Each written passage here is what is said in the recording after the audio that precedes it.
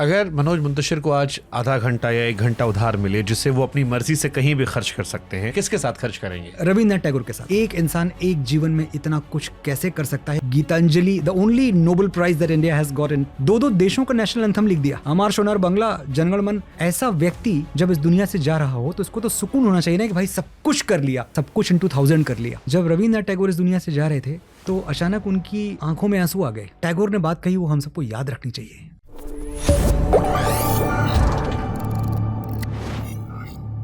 अगर मनोज मुंतशिर को आज आधा घंटा या 1 घंटा उधार मिले जिससे वो अपनी मर्जी से कहीं भी खर्च कर सकते हैं, तो बिना किसी कैमरे, बिना काम, बिना किसी जिम्मेदारी के उसे वो कहाँ खर्च करेंगे या किसके साथ खर्च करेंगे? रविन्द्रनाथ टैगोर के साथ। मैं रविन्द्रनाथ टैगोर जी के चरणों में बैठना चाहूँगा और मैं जानना चाहूँगा कि एक इंसान एक जीवन में इतना कुछ कैसे कर सकता है और इतना कुछ करने के बाद भी वो अपने आप को इतना साधारण, इतना मामूली कैसे समझ सकता है।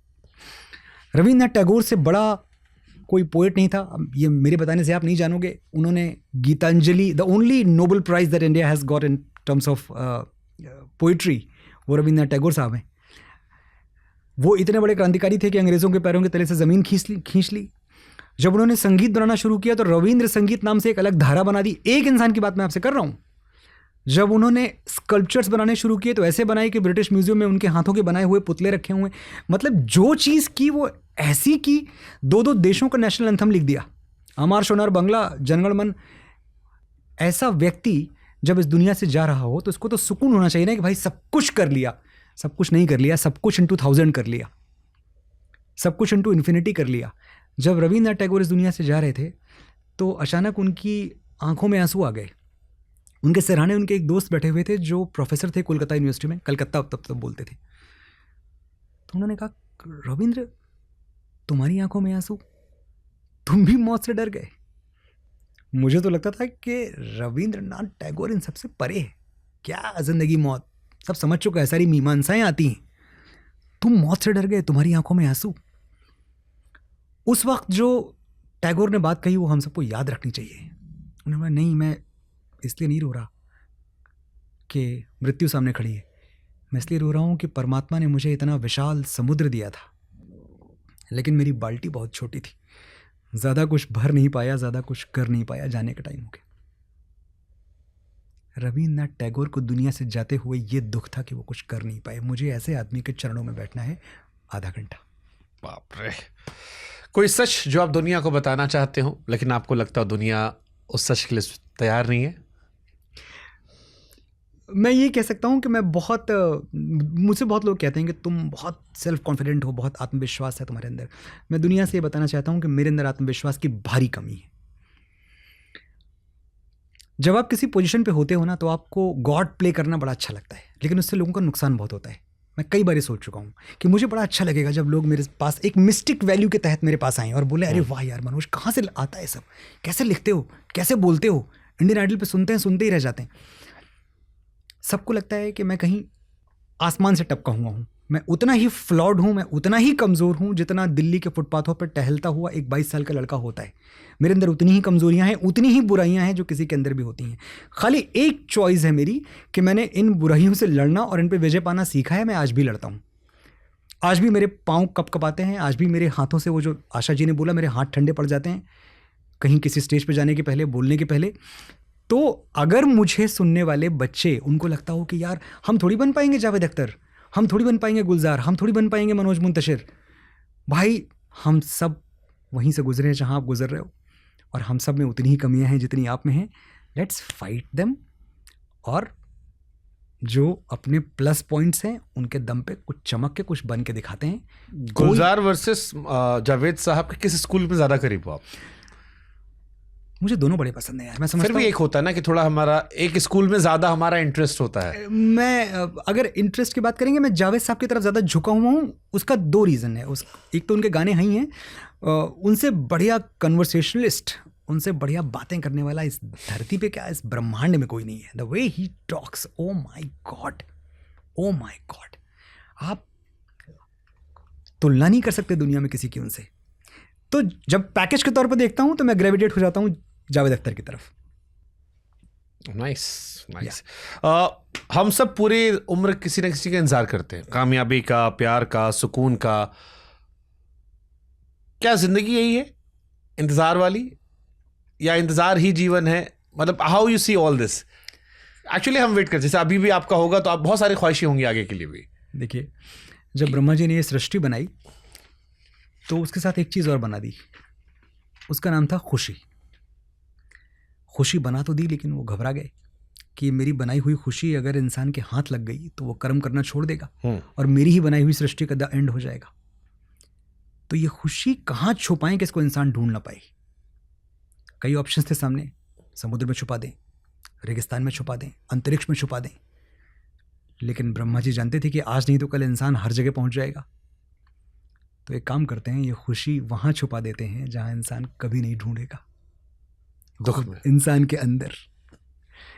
तो ब्रह्मा जी ने खुशी आपके अंदर छुपा दी। ये आपके साथ बड़ा गेम हो गया।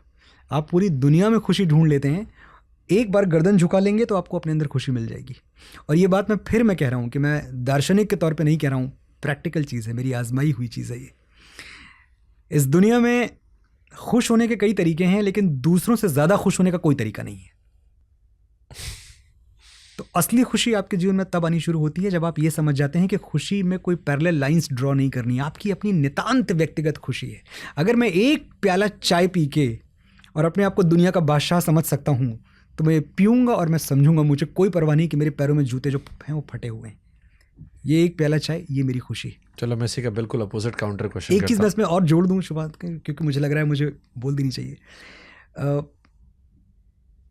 खैर मैं भूल गया बातों में, कुछ था मेरे जहन में। आप अगला पूछ लें सवाल। चले, आपको याद है क्या, बता दीजिएगा जी। मेरे जहन में सवाल है, खुशी तो चलो आपने जिक्र कर दिया, एक जेलसी फैक्टर भी होता है। आप एक राइटर भी हैं, लिरिसिस्ट भी हैं।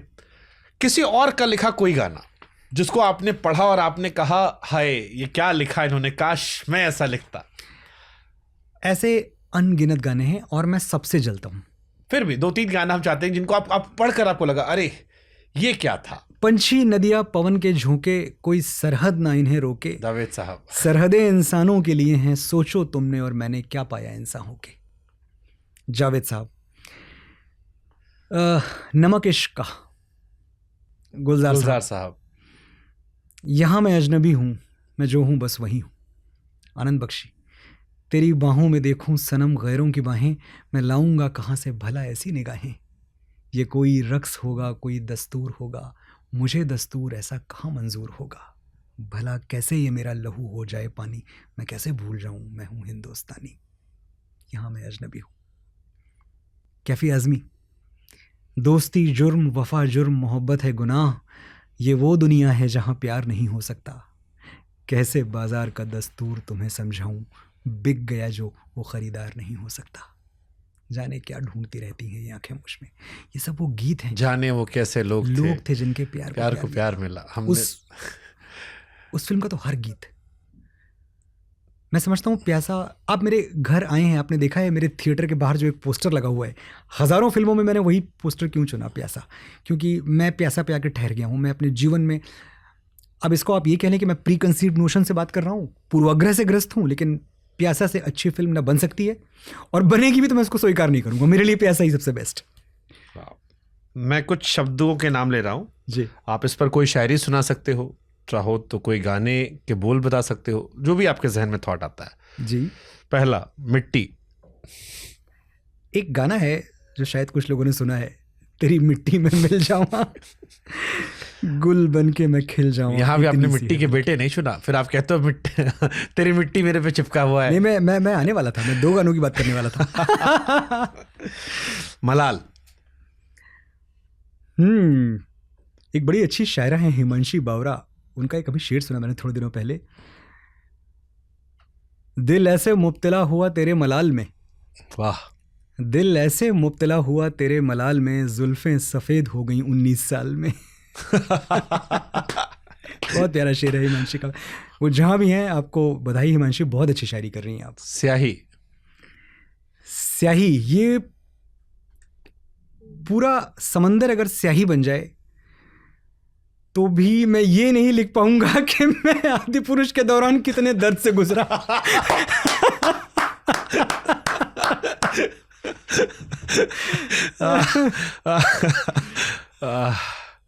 बस यही। उफ, कुछ जख्म कुछ जख्म कभी भरते ही नहीं। सही कहा है किसी ने। नाइस। जी। पर्दा पर्दा बड़ी खूबसूरत चीज़ है जब तक वो इंसान अपनी मर्जी से करे, किसी रिवायत किसी परंपरा के अधीन आके ना करे। अगर मुझे अपनी कुछ चीज़ें पर्दे में रखनी है, ये मेरा हक है, लेकिन अगर मुझ पे ऐसी पाबंदियां लगाई गई हैं कि आपको पर्दे में ही रहना पड़ेगा, तो ये गलत है। अब मैंने मनोज द लिरिसिस्ट को थोड़ा सा चैलेंज करने की हिमाकत की है, तो मुझे लगा थोड़ा छेड़खानी करते हैं, देखते हैं क्या निकल कर आता है, क्योंकि आप इम्प्रोव्ड व्यक्ति भी हैं। सो कुछ गानों का नाम मैं ले रहा हूँ और उन गानों से कुछ सवाल मेरे हैं। जैसे एक गाना था, कभी कभी मेरे दिल में ख्याल आता है। अब इन गानों में एक अधूरी हसरत की तरह इसे साहिर साहब ने लिखा था। अगर आज के मनोज मुंतशिर इस गाने या इस भावना को एक्सप्रेस करते तो वो कैसे करते? ये इमॉर्टल है कभी कभी, इसीलिए मैंने 4-5 वही रखे जो इमॉर्टल है। मैं सिर्फ मनोज की नजर से उनको थोड़ा सा एक्सप्लोर करना चाहता हूँ। कभी कभी मेरे दिल में ख्याल आता है कि जिंदगी तेरी जुल्फों की नर्म छाँव में गुजरने पाती तो शादाब हो भी सकती थी। वाह! ये रंजो गम की स्याही जो मेरे दिल पर छाई है, तेरी नजर की शुआओं में खो भी सकती थी। अजब न था कि मैं बेगानाए अलम रह के तेरे जमाल की रानाइयों में खो रहता। ये जो एक्चुअल नज़्म थी, हयात चीखती फिरती बरहना सर और मैं तेरी हसीन किनारों में छुप के सो रहता, मगर ये हो न सका और अब ये आलम है कि तू नहीं तो तेरा गम, तेरी जुस्तजू भी नहीं। वाह! गुजर रही है कुछ इस तरह जिंदगी मेरी, मानो किसी सहारे की कोई आरज़ू नहीं, ना कोई राह, ना चाहत, ना रोशनी का सफ़र, इन्हीं अंधेरों में गुजर रही जिंदगी मेरी।